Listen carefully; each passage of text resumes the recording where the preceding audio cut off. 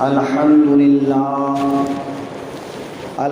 لله الذي أبدع الأفلاك والأرضين، والصلاة والسلام على من كان نبيا وآدم بين الماء والطين،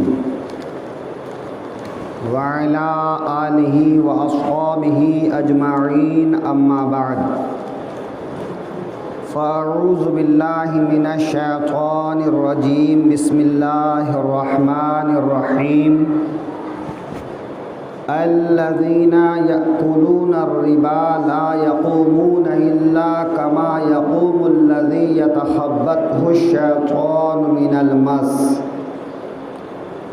ذلك بأنهم قالوا إنما البيع مثل الربا وأحل الله البيع وحرم الربا، فمن جاءه موعظة من ربه فانتهى فله ما سلف وأمره إلى الله، ومن عاد فأولئك أصحاب النار هم فيها خالدون. يمحق الله الربا ويربي الصدقات والله لا يحب كل كفار أثيم. صدق الله المولانا العظيم وصدق رسوله النبي الأمين المتين الكريم، ونحن على ذلك لمن الشاهدين والشاكرين والحمد لله رب العالمين. قرآن مجید کی جن دو آیات کو میں نے تلاوت کر کے گفتگو کا عنوان قرار دیا ہے، اس پر کچھ گفتگو کرنے سے قبل گنبد خضرا کی چھاؤں میں آرام فرمانے والے آقا، ہم سب کے داتا اور مولا حضرت محمد مصطفیٰ صلی اللہ علیہ وآلہ وسلم کی بارگاہ میں انتہائی عقیدت و محبت کے ساتھ درود پاک کا نذرانہ پیش کریں. اللہم صلی علی سیدنا مولانا محمد بارک وسلم. صلاۃ و سلاما علیک یا رسول اللہ صلی اللہ تعالی علیہ وآلہ وسلم. اللہ رب العزت ارشاد فرما رہا ہے، الذین یأکلون الربا، وہ لوگ جو سود کھاتے ہیں، لا یقومون الا کما یقوم الذی یتخبطہ الشیطان من المس، قیامت کے دن میں وہ ایسے کھڑے ہوں گے کہ جیسے کسی آدمی کو شیطان نے پکڑ لیا ہو، تو جس طرح شیطان کے اثر سے آدمی مدہوش ہو جاتا ہے، اسی مدہوشی کے حالت میں وہ کھڑا رہے، تو ویسا ہی وہ آدمی کھڑا رہے گا. ذالک بأنہم قالوا انما البیع مثل الربا، یہ اس لیے کہ انہوں نے کہا بیع بھی تو سود ہی کی مانند ہے. اللہ فرماتا ہے وَأَحَلَّ اللَّهُ الْبَيْعَ وَحَرَّمَ الرِّبَا، کہ اللہ نے بیع کو حلال فرمایا اور سود کو حرام فرمایا. فَمَنْ جَاءَهُ مَوْعِظَةٌ مِّن رَّبِّهِ فَانتَهَى فَلَهُ مَا سَلَفَ، تو جس کے پاس اس کے رب کی طرف سے نصیحت آ گئی اور وہ رک گیا، تو اس کے لیے وہ معاف ہے جو پہلے لین دین کر چکا ہے. وَأَمْرُهُ إِلَى اللَّهِ، اور اس کا معاملہ اللہ کی بارگاہ میں ہے. وَمَنْ عَادَ فَأُولَئِكَ أَصْحَابُ النَّارِ، اور جو دوبارہ سود کا لین دین کرے تو وہ جہنم والوں میں سے ہے. ہم فیہا خالدون، اور وہ اس میں ہمیشہ رہنے والے ہیں. یا تو حرمت کی آیت آنے کے بعد جس نے اس کو حلال سمجھا تو ایک حرام چیز کو حلال سمجھا تو وہ اسلام سے خارج ہو گیا، بہت خوب، سبحان اللہ، سبحان اللہ، بہت تو وہ ہمیشہ جہنم میں رہے گا۔ بے شک، یا وہ حرام تو جانتا ہے لیکن پھر بھی اس کام کو کرتا ہے تو بہت دیر تک جہنم میں رہے گا۔ ہم فیہا خالدون، کہ وہ بہت لمبی مدت تک جہنم میں رہے گا۔ اگلی آیت میں اللہ فرماتا ہے یمحق اللہ الربا ویربی الصدقات، اللہ سود کی کمائی کو مٹا دیتا ہے، تباہ کر دیتا ہے، اور صدقہ دینے والے کے مال کو بڑھاتا ہے۔ بہت خوب، سبحان اللہ، سبحان اللہ، بہت واللہ لا یحب کل کفار اثیم، اور اللہ سرکشی کرنے والوں سے، گناہ کرنے والوں سے محبت نہیں فرماتا ہے، اسے پسند نہیں فرماتا ہے۔ بے شک،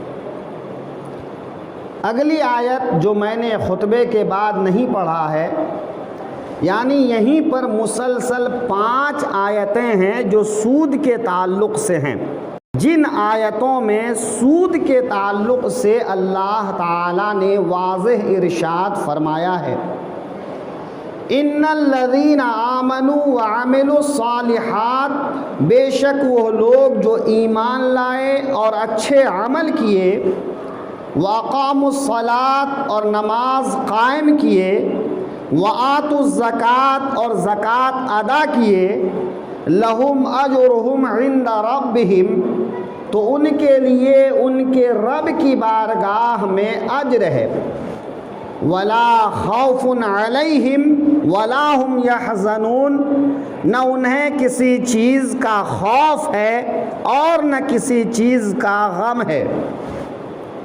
یا ایہا الذین آمنوا اتقوا اللہ، اے ایمان والو جو اللہ سے ڈرتے ہو، وذروا ما بقی من الربا، چھوڑ دو اگر تمہارا کسی کے اوپر سود کا پیسہ آتا ہے تو، یعنی سود کا پیسہ لینا ہے، ابھی تک دیا نہیں ہے تو اب اس کا مطالبہ نہ کرو، اسے چھوڑ دو۔ ان کنتم مؤمنین، اگر تم ایمان والے ہو، فَإِن لَّمْ تَفْعَلُوا، پھر اگر تم ایسا نہ کرو، فَأْذَنُوا بِحَرْبٍ مِّنَ اللَّهِ وَرَسُولِهِ، تو اللہ اور اس کے رسول کے ساتھ میں اعلان جنگ کر دو۔ وَإِن تُبْتُمْ فَلَكُمْ رُءُوسُ أَمْوَالِكُمْ، اور اگر تم توبہ کر لو تو تمہارے لیے رأس المال ہے، یعنی پونجی کی رقم ہے، کہ جو رقم تم نے پونجی کے طور پر دیا ہے اس رقم کا واپس لینا تمہارے لیے جائز ہے۔ لا تظلمون ولا تظلمون، کہ نہ تم کسی پر ظلم کرو نہ تمہارے ساتھ کوئی ظلم ہوگا۔ وَإِنْ كَانَ ذُو عُسْرَةٍ فَنَظِرَةٌ إِلَىٰ مَيْسَرَةٍ، اور اگر وہ آدمی غریب ہے تو اس کے پاس رقم آنے تک اسے مہلت دو۔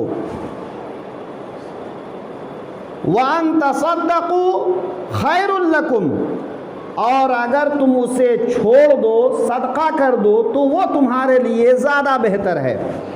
ان کنتم تعلمون، اگر تم اس کے بارے میں جانو تو۔ وَاتَّقُوا يَوْمًا تُرْجَعُونَ فِيهِ إِلَى اللَّهِ، اس دن سے ڈرو جس دن اللہ کی طرف لوٹنا ہے۔ ثُمَّ تُوَفَّى كُلُّ نَفْسٍ مَّا كَسَبَتْ وَهُمْ لَا يُظْلَمُونَ، پھر ہر آدمی کو اس کے کیے کا پورا بدلہ دیا جائے گا، کسی کے ساتھ ظلم نہیں کیا جائے گا۔ یہ 5 آیتیں ہیں سورہ بقرہ کی، جن 5 آیتوں میں سود کے تعلق سے تفصیل کے ساتھ اللہ نے احکام بیان فرمائے۔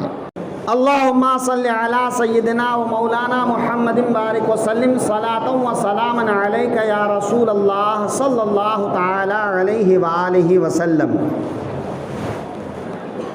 اللہ رب العزت نے انسان کو پیدا کیا ہے تو انسان کے لیے اللہ نے فطرت بنایا کہ وہ کھائے پیے، اپنے جسم کو محنت میں بھی ڈالے اور جسم کو آرام بھی دے، یہ فطرت ہے۔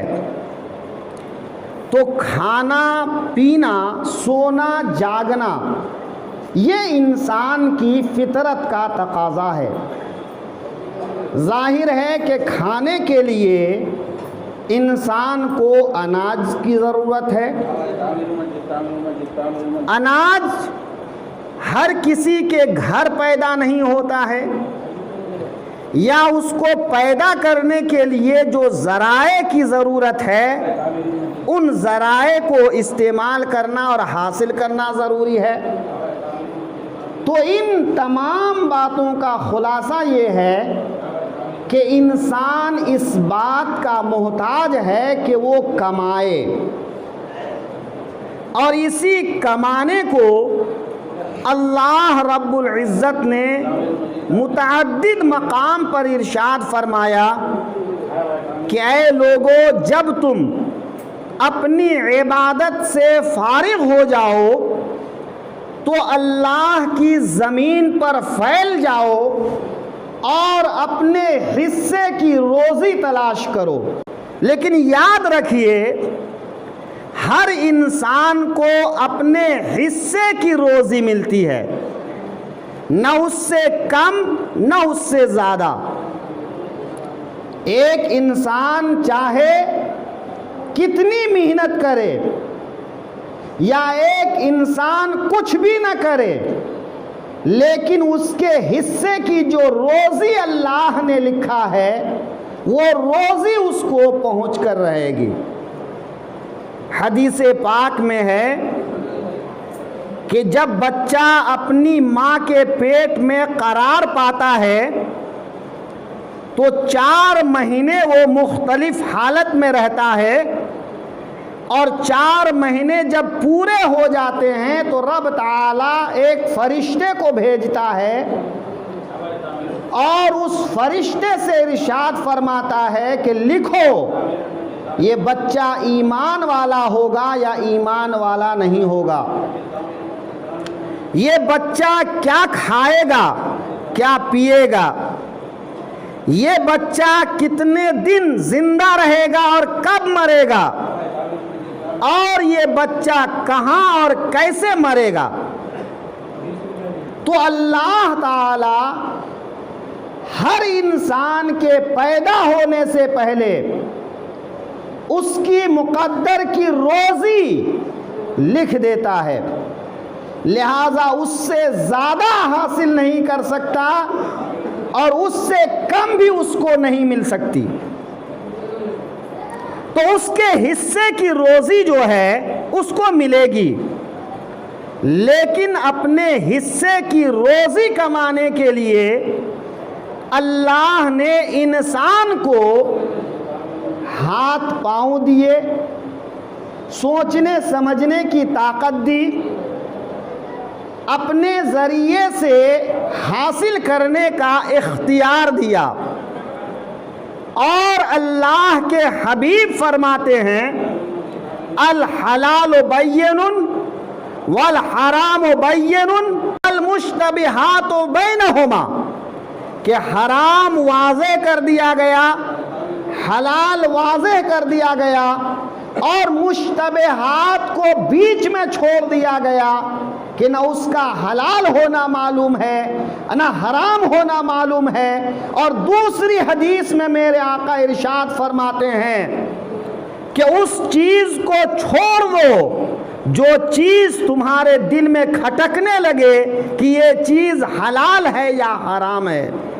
یہ زندگی کا مطلب اگر آپ کے ذہن میں آ گیا ہو تو اب عرض کروں، اللہ رب العزت نے امیر بھی بنایا، غریب بھی بنایا، ضرورت مند بھی بنایا، اور کسی کی ضرورت میں کام آنے والا بھی بنایا۔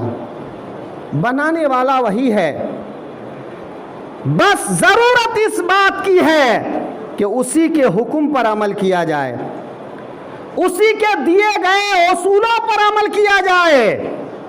اس نے خرید و فروخت کو جائز رکھا تو خرید و فروخت کے ذریعے سے روزی کمایا جائے، اس نے سود کو حرام کر دیا تو سود کو چھوڑ دیا جائے۔ سود کسی کو رقم دے کر، کسی کو اناج دے کر، کسی کو اور کچھ دے کر، بغیر کسی محنت کے جو زیادتی لی جاتی ہے، اسی زیادتی کا نام سود ہے۔ آج کل یہ بلا مسلمانوں میں عام ہو چکی ہے۔ بہت سے مسلمان ہیں جو سود کے کاروبار میں ملوث ہیں، لیکن میرا رب ارشاد فرماتا ہے سود لینے والا قیامت کے دن ایسا اٹھے گا جیسا کہ کسی شیطان سے اثر شدہ آدمی کی حالت ہوتی ہے۔ آدمی کو شیطان پکڑ لیتا ہے، اس کی کیسی حالت ہوتی ہے کبھی آپ نے دیکھا ہوگا؟ ویسی حالت ہوگی کہ وہ رب کی بارگاہ میں حاضر ہوگا، نہ وہ اپنے قدموں پہ کھڑا ہو سکے گا، نہ وہ ہوش میں ہوگا، نہ وہ کچھ کہنے کے قابل ہوگا، نہ سننے کے قابل ہوگا۔ ایک سود کھانے والے کا انجام ایسا ہوگا۔ پھر وہ 5 آیتیں جو میں نے آپ کے سامنے پڑھ کر ترجمہ کیے، ان 5 آیت کو بار بار پڑھیے۔ میرے آقا نے قرآن کریم کو تلاوت کرنے کا جو حکم ارشاد فرمایا، اس کا مقصد ہی یہ تھا کہ قرآن کو سمجھو اور قرآن کو اپنے اندر بسا لو۔ اب ذرا غور کیجئے، سود اس بلا میں جو انسان مبتلا ہو جاتا ہے، اس انسان کا انجام کتنا برا ہے۔ میرے آقا کریم کی 2-3 حدیثیں ملاحظہ فرما لیجئے۔ میرے آقا ارشاد فرماتے ہیں، عن جابر قال لعن رسول اللہ صلی اللہ علیہ وسلم آکل الربا وموکلہ وکاتبہ وشاہدیہ وقال ہم سواء۔ میرے آقا فرماتے ہیں سود کھانے والا، سود کھلانے والا، سود کا دستاویز لکھنے والا اور سودی لین دین میں گواہ بننے والا، یہ سب ملعون ہیں، اللہ کی رحمت سے دور ہیں، ان پر اللہ رسول کی لعنت ہے۔ میرے آقا فرماتے ہیں یہ سب برابر کے گنہگار ہیں۔ دوسری حدیث دیکھیں، عن عبداللہ بن حنظلہ غسیل الملائکہ قال قال رسول اللہ صلی اللہ علیہ وسلم درہم ربا یأکلہ الرجل وہو یعلم اشد من 36 زنیۃ۔ میرے آقا ارشاد فرماتے ہیں 1 درہم سود کا جو کھاتا ہے اور وہ جانتا ہے کہ یہ سود کا درہم ہے، تو میرے آقا فرماتے ہیں وہ 36 مرتبہ زنا کرنے سے بھی بڑا گناہ کر رہا ہے۔ اس حدیث میں 36 مرتبہ ہے، دوسری حدیث میں 33 مرتبہ ہے، اور آگے ایک حدیث ملاحظہ فرما لیں۔ میرے آقا ارشاد فرماتے ہیں عن ابی ہریرہ قال قال رسول اللہ صلی اللہ علیہ وسلم الربا 70 جزءا ایسرها ان ينكح الرجل امه. میرے آقا فرماتے ہیں کہ سود کے 70 گناہ ہیں، ان میں سے سب سے چھوٹا گناہ یہ ہے کہ آدمی اپنی ماں سے نکاح کرے. مترجمین نے اس حدیث کا ترجمہ اس طرح بھی کیا ہے کہ آدمی اپنی ماں کے ساتھ میں زنا کرے. اب زیادہ تفصیل کا تو وقت نہیں ہے، ترجمے سے آپ کی سمجھ میں آیا ہوگا کہ کون ایسا مسلمان ہے جو اتنا بڑا گناہ کرنے کی جرأت کر سکتا ہے. اگر کوئی بھولے بھٹکے اب تک کیا ہو تو اس گناہ سے باز آ جائے. سود کی جائیداد زیادہ دنوں تک باقی نہیں رہتی ہے.